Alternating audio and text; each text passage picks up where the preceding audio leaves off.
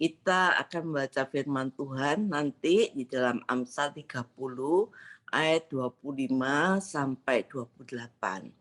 Kita lihat bahwa di dalam firman Tuhan ini ada keempat binatang kecil tetapi begitu cekatan, artinya mempunyai hikmat kebijaksanaan dalam hidupnya.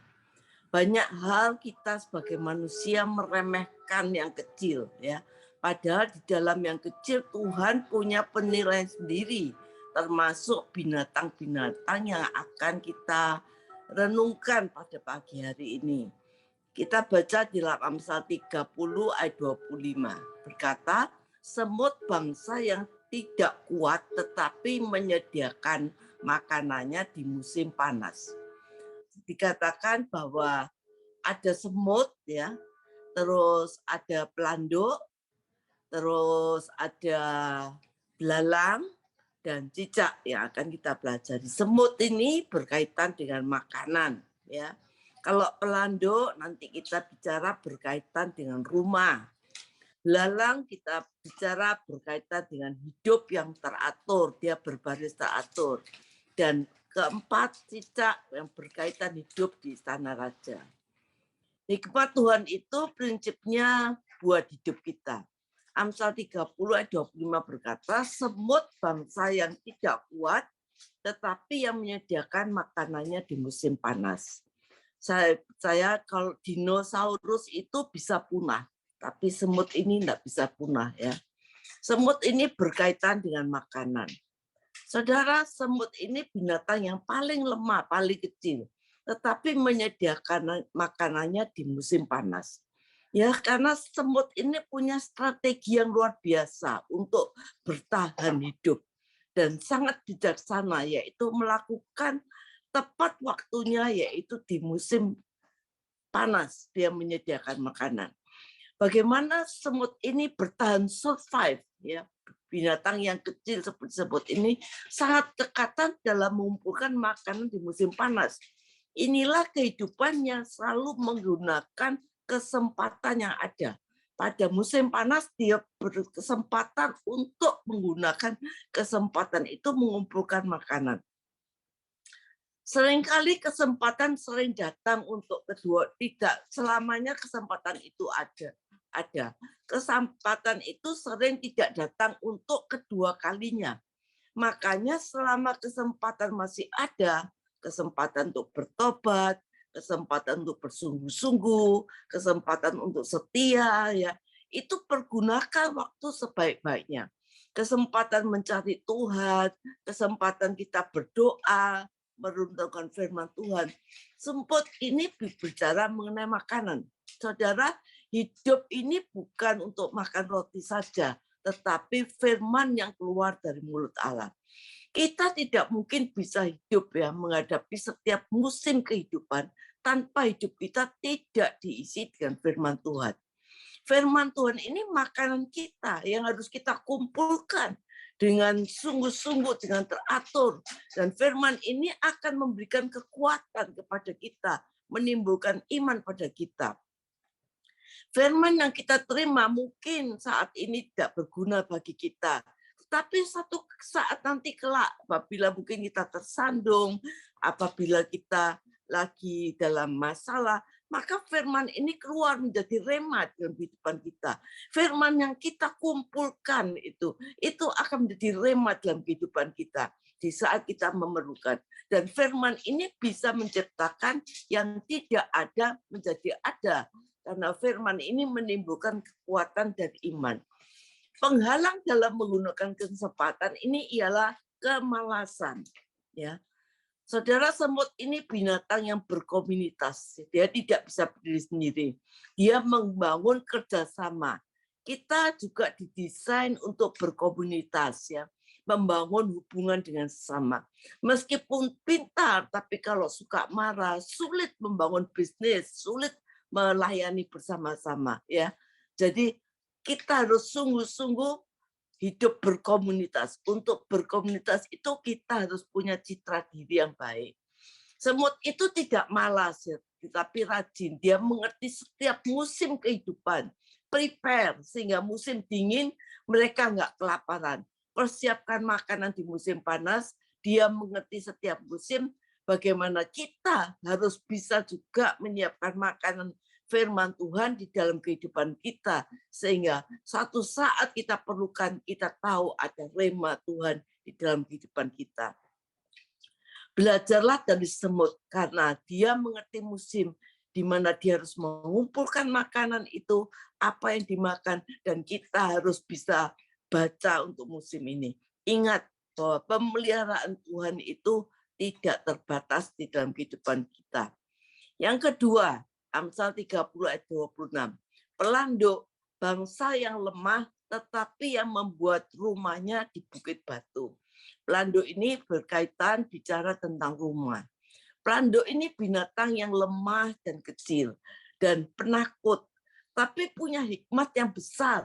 Hidupnya membuat rumahnya di bukit batu, di mana mereka terlindung dengan baik dari mangsa-mangsanya. Ini berbicara tentang kehidupan yang tidak gampang putus asa, karena tinggalnya di bukit batu, yaitu di dalam Tuhan. Saudara, kita sadar akan kelemahan kita sendiri, ya, kekurangan kita, ya, kelemahan kita. Kita tahu di mana kekurangan kita, kelemahan kita. Saudara, itu harus mendorong kita untuk kita selalu ada di rumah, di gunung batu Tuhan, tempat kita berlindung. Mazmur 84 berkata, berbahagialah orang yang kekuatannya di dalam Tuhan. Dia berjalan makin lama tidak makin loyo, tapi makin lama makin kuat. Saudara, mungkin tubuh kita ini karena usia ya bisa lemah, tetapi saya percaya roh kita akan semakin lama semakin kuat. Mazmur 62 Daud berkata bahwa dia selalu berlindung kepada Tuhan yang menjadi gunung batu perlindungannya. Mengapa Daud bisa melawan Goliat? Karena dia datang bukan dengan kemampuannya dan kekuatannya, tapi dia datang dengan nama Tuhan semesta alam. Saudara, kebanggaan kita itu bukanlah kekayaan kita, bukanlah kesuksesan kita, tapi kebanggaan kita adalah kasih setia Tuhan, bahwa dia gunung batu kita, bukan yang lain. Termasuk ketika kita sukses, itu adalah karena dia, oleh dia, dan bagi dia. Tentunya Daud tidak meletakkan kerajaannya itu di atas segala-galanya. Daud meletakkan hidupnya dengan kasih setia Tuhan. Dia bangga dengan Tuhan. Bahwa dia menjadi raja itu karena Tuhan yang mengangkat dia. Makanya dia nyanyi terus. Firman Tuhan mengatakan dia nyanyi terus sampai seperti orang gila. Dan istrinya mencemooh dia. Kamu itu jadi raja, kok enggak mempunyai jaga image, ya? Masa nyanyi terus seperti orang gila. Tapi Daud berkata, aku ini pengembala kambing domba. Kalau sekarang aku jadi raja, itu karena Tuhan yang mengangkat aku. Saudara, orang sekaya apapun kalau mati dia tahu semuanya yang dipegang itu lepas. Kekuatan yang bisa kita pegang yaitu gunung batu, perlindungan Tuhan. Daud dikejar-kejar oleh kekuatan yang luar biasa, Raja Saul. Tapi nggak pernah ketangkap, ditombak 2 kali luput. Padahal dia cuma prajurit pada waktu itu. Bahkan digeser kedudukannya jadi tukang ngamen. Yang membuat dia berhasil itu adalah Tuhan. Biarlah kita mau menjadi seperti pelanduk. Kita harus menemukan realita kehadiran Tuhan dalam hidup kita.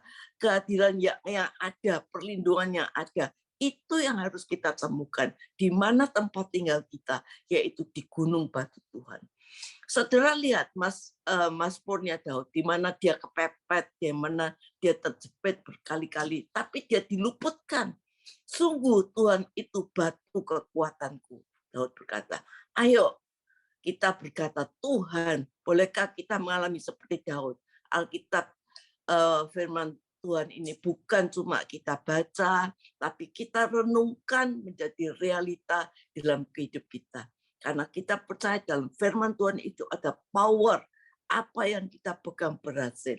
Saudara, kalau kita mau rindu akan firman Tuhan ini, maka kita baca renungkan firman Tuhan itu setiap hari. Saudara, apa yang membuat Abimelek itu datang pada Ishak? Abimelek itu dengan gerombolannya selalu datang menggeser mata air yang ditemukan Ishak. Kita tahu bahwa mata air di Timur Tengah adalah hajat hidup. Nggak ada mata air, nggak hidup. Dan itu terus direbut terus oleh Abimelek ya. Diesek, direhobot, sampai di sini Tuhan membela. Tapi suatu saat Abimelek melihat bahwa orang yang dikerjain ini yaitu Ishak itu kok senantiasa nggak pernah kolaps ya, sampai akhirnya dia datang dan Ishak tanya, kenapa kamu datang? Sekarang kita nggak mau musuhan karena apa? Aku melihat engkau disertai oleh Tuhan.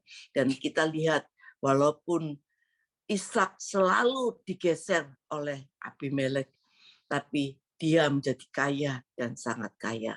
Saudara, bukan berarti Tuhan itu ikut Tuhan itu kita selalu kaya, tetapi ikut Tuhan itu ada kuasa untuk kita diberkati dan menjadi makmur ya, punya power to be success. Yang ketiga, Amsal 30 ayat 27, belalang yang tidak mempunyai raja, namun semuanya berbaris dengan teratur.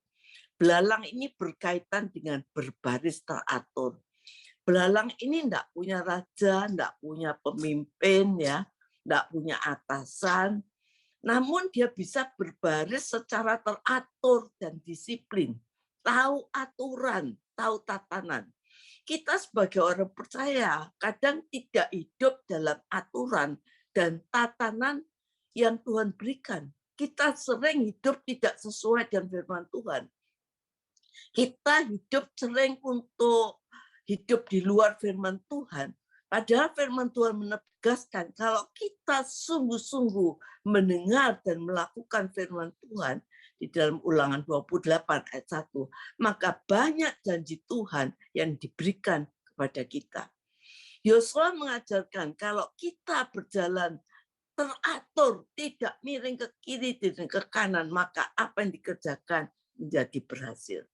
Mazmur 139, Daud selalu melakukan apa yang difirmankan Tuhan, karena Daud merasakan bahwa Tuhan selalu menyertai kemana Daud pergi. Saudara, kita tuh orang Indonesia tuh terkenal dengan sopan santun ya, menghormati orang yang lebih tua. Kita lihat bagaimana belalang ini tidak punya atasan, tetapi dia bisa disiplinnya. Tuhan itu tidak suka pemberontakan, khususnya kepada orang lebih tua ya, mertua ya. Kita harus tetap hormat apapun siapapun dia.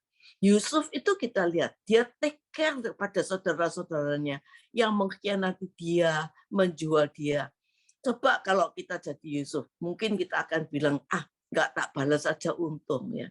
Tetapi Yusuf dikatakan meskipun dia disakiti, dia tidak balas, dia ulurkan tangannya bagi saudara-saudaranya. Hormati orang tuamu ya. Jangan kutuki sejelek apapun dia, sesalah apapun dia, tetap hormati dia. Saudara, kita lihat bahwa ada pepatah waktu kita sekolah, bangsa yang besar adalah bangsa yang menghormati pahlawannya. Ya, ini satu value ya. Kita orang tua kita mungkin bisa salah, mungkin kita tahu dosa orang tua kita, tapi biarlah kita tetap menghormati beliau karena kita tahu bahwa kita tidak pernah punya orang tua yang sempurna, tapi bukan hak kita untuk menghakimi mereka. Saudara, kepada senior kita diajarkan untuk menghormati ya. Tetapi supaya tidak menjadi batu sandungan, Yesus itu menghormati peraturan, di mana Yesus mau dibaptis oleh Yohanes. Karena apa? Dia menundukkan diri, bukan berarti kita lebih rendah, tapi punya nilai-nilai prinsip kehidupan, kasih setia Tuhan di dalam kehidupan kita. Yang keempat, Amsal 30 ayat 28, cicak. Cicak itu dapat ditangkap dengan tangan, tetapi yang juga ada di istana raja. Cicak ini bisa dipegang dengan tangan, tapi dia juga ada di istana raja. Cicak ini berkaitan dengan istana raja, ya. Dia ini hidupnya bisa hidup di mana-mana. Dan kehidupan cicak ini bisa beradaptasi dengan siapapun juga. Kadang cicak ini merelakan ya, ekornya itu putus. Saudara, kalau cicak itu walaupun ekornya diputus, dia tetap survive hidup ya. Demikian kita juga harus bisa ya diputuskan dengan kedagingan kita untuk mau merendahkan diri, dan ini kuncinya kita dipermuliakan Tuhan. Karena siapa merendahkan diri, Tuhan yang akan memilihkan. Saudara, ketika Yusuf ketemu sama Firaun, itu jauh berbeda. Ya, tingkat sosialnya berbeda. Firaun ini dewa, Yusuf ini budak. Tapi Yusuf tuh nggak minder. Ya, Yusuf bukan sombong, tapi Yusuf punya satu pijakan, punya nilai diri. Bukan karena status sosialnya, tapi dia mempunyai dirinya di atas penyertaan Tuhan. Hidupnya di atas kasih setia Tuhan, sehingga dia mampu berdiri menjadi orang yang sungguh-sungguh luar biasa, sehingga akhirnya Firaun angkat topi terhadap dia. Kita lihat juga apa yang membuat Saul iri kepada Daud, bukan uang, ialah penyertaan Tuhan dalam diri Daud. Urapan Tuhan, roh Tuhan ada di dalam Daud, dan Saul takut kepada Daud karena apa? Tidak punya jabatan. Saudara, kita lihat bahwa hadirat Tuhan itu senantiasa kita butuhkan di dalam kehidupan kita. Musa berkata, kalau hadiratmu tidak menyertai aku, jangan suruh aku pergi. Ya, bukan karena kita berbeda, kita ini kaya, kita pinter, tetapi perbedaan kita ada hadirat Tuhan yang menyertai kita. Saudara, kita tahu bahwa Salomo itu kehilangan hadirat Tuhan. Ya. Dia tidak kehilangan kesuksesannya, dia tidak kehilangan duit, tetap dia tidak kehilangan bisnisnya, tapi Salomo kehilangan hadirat Tuhan. Saudara, kita lihat cicak ini bisa tinggal di istana raja. Daud atau Yusuf hanya seorang budak, tetapi penyertaan Tuhan luar biasa. Dia karena apa? Tinggal di dalam hadirat Tuhan. Orang akan merasakan bahwa kita hidup di dalam hadirat Tuhan.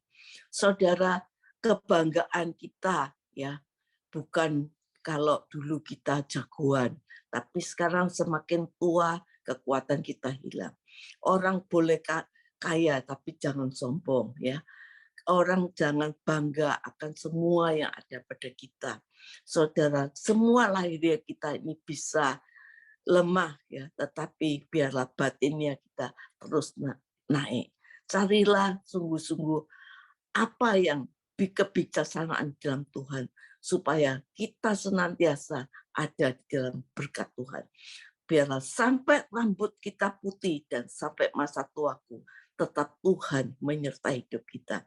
Tetap kita punya hikmat dalam kehidupan kita. Kesimpulannya hari ini, ayo kita cek contoh dari hewan-hewan yang binatang kecil, yang lemah, tetapi punya hikmat kebijaksanaan dalam kehidupan mereka. Mereka punya daya tahan hidup, punya survive yang tinggi untuk melakukan hidupnya, tidak membuang waktu sia-sia, tidak membuang kesempatan dengan sia-sia, tahu bahwa dirinya lemah, tahu bahwa kita lemah, tetapi ayo kita senantiasa ada di gunung batu Tuhan, hidup di dalam gunung batu Tuhan. Kita punya cekatan, punya hikmat, dan biarlah Tuhan tetap menyertai kita. Saudara, kita jangan sombong, kita harus hidup menurut tatanan Tuhan, ya berbaris sesuai dengan peraturan tatanan Tuhan, yaitu sesuai firman Tuhan, dan kita hidup senantiasa berkomunitas, ya tidak malas, tetapi mencari Tuhan dengan sungguh-sungguh, mencari firman Tuhan, merenungkan firman Tuhan, sehingga satu saat kita jatuh tersandung, maka firman itu menjadi rema kekuatan dalam kehidupan kita. Amin.